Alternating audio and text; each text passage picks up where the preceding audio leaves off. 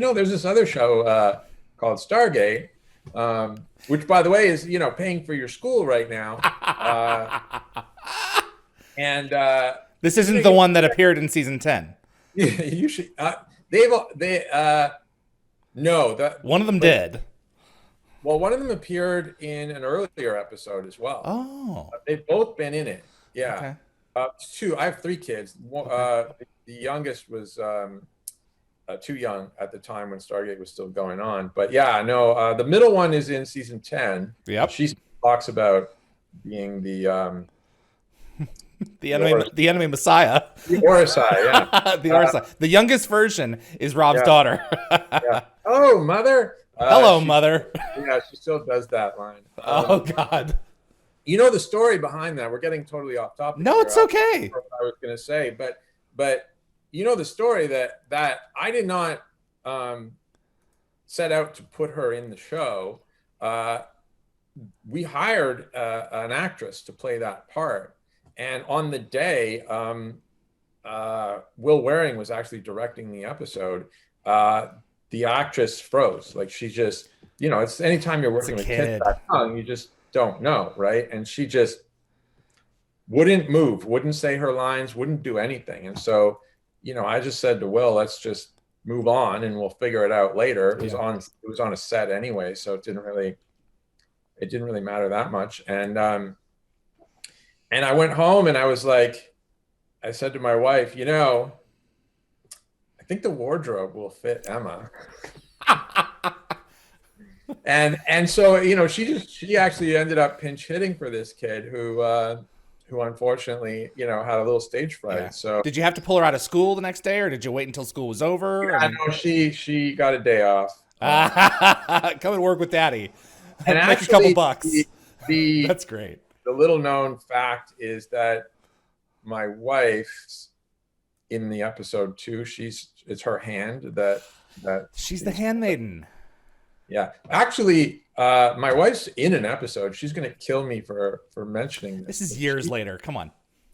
She's in an episode. She's in Space Race. Who's she in Space Race? She plays the receptionist. Murray? That's her. I'll be darned. Okay. I think that information is out there already. If I'm not mistaken. Yeah. So, wow. But my oldest is actually in. God, I can't even. I'll have to look it up. I can't remember the episode.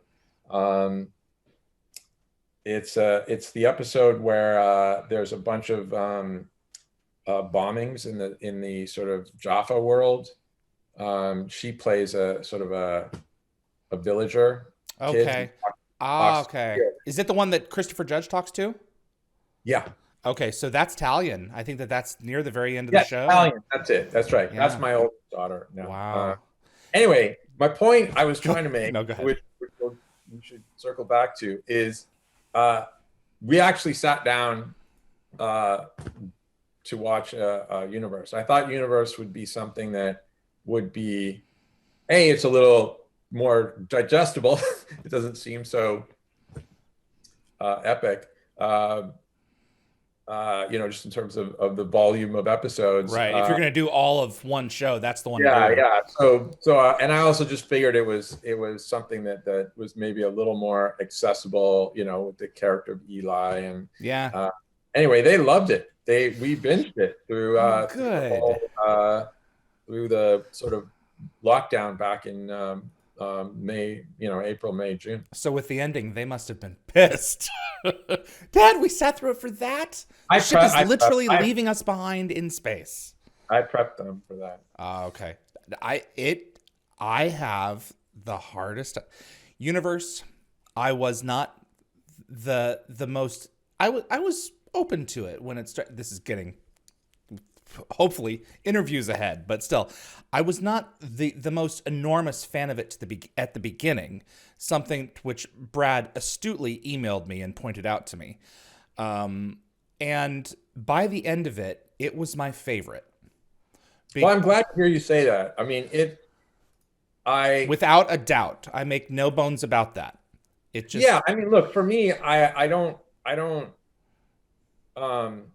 it's like, there they're all our children, so it's kind of hard to, to say one's a favorite over the other. But I mean, it was in many ways, for everything that SG-1 and Atlantis were, Which I love as Universe well, and you as was well. what, you know, it was that when we first conceived of Universe, one of the things I came into it feeling was that um, oftentimes with the prior two shows, we would set a target that was beyond our capabilities budgetarily, and we would kind of fail to achieve those aspirations, and it would show. And um, and with this, it was the first time I felt we hit the mark, we hit the target that we were going for, and for that reason, I feel it was very successful. I mean, the other two were. I'm not saying they weren't character based, because everybody obviously loved those characters, That's why they keep coming back. yeah, and the serialization, was still there, but they were much more, episodic. They were case of the week kind of situations, and the problem we had, I mean, it sounds wrong to call it a problem, because it was more of a luxury of having a show run that long. But the issue was we won every week, and it was really hard to maintain the stakes and the sense of jeopardy, and everybody laughs about how many times Daniel died and came back to life, and how threatening were the Gould eventually. Ball, every time we see him, we eventually started killing him. And I made that argument with Cliff Simon. I mean, after a while, how long does it take before you feel that your character was reduced to caricature? Right. And look, even though he goes out in a banging continuum. Yeah, and the shows that I actually enjoy watching on television are shows where the world is small, but the stakes are big for the characters. And you're watching it to sort of see who survives and whether they achieve their goals, not save the world. So when you set the bar as save the world every week, and essentially you can't do anything but succeed, because without the world you don't have a show. That's true.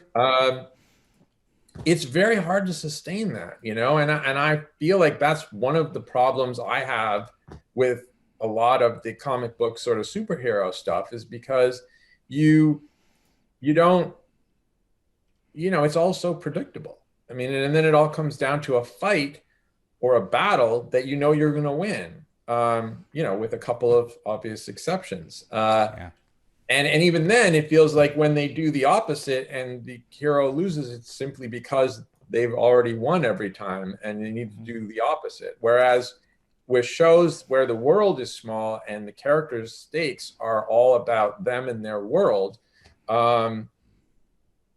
you don't know what's going to happen, and the jeopardy is way up here, and that's what I felt we were trying to do by isolating people, on Destiny, and really make it about the characters.